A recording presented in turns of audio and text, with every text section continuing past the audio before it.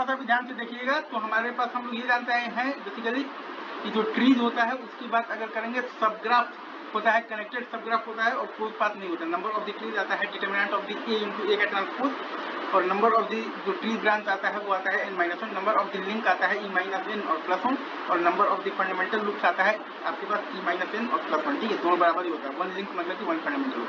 ठीक है, तो आपके पास जो केवीएल का इक्वेशन आता है वो आता है b इंटू बी बराबर 0, और आपके पास जो केवीएल का इक्वेशन आता है वो आता है b इंटू बी बराबर 0। ठीक है, आपके पास जो केसीएल आता है वो आता है IE बराबर आता है B का ट्रांसपोज इंटू IL। आपके पास जो केसीएल आता है वो आता है IE बराबर आता है B का ट्रांसपोज इंटू IL। ठीक है, और आपके पास देखिएगा तो B बराबर है RE इंटू IE और प्लस है BSE माइनस है RE इंटू ISE। आपके पास है B बराबर है RE इंटू IE और प्लस है BSE माइनस है RE इंटू ISE। ठीक है, और B बराबर 0 होता है तो हम लोग B से कर देंगे बेसिकली प्री मल्टीप्लाई, तो B बराबर आ जाएगा 0 जो कि बराबर है BRE into B transpose into IL और plus BBSE minus BRE into ISE। तो BRE into B transpose into IL बराबर आ जाएगा BRE ISE minus B times आ जाएगा तो BSE।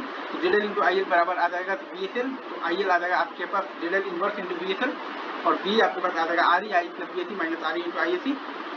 ठीक है, तो IE बराबर आ जाएगा आपके पास, अगर आप यहाँ पर थोड़ा सा ध्यान से देखिएगा तो B का ट्रांसपोज इंटू IL, तो IL आ गया, IE आ गया और B आ गया, और ZL आपके पास क्या है BRE इंटू B का ट्रांसपोज, और BSL क्या है BRE ISE minus B times है आपके पास BSE।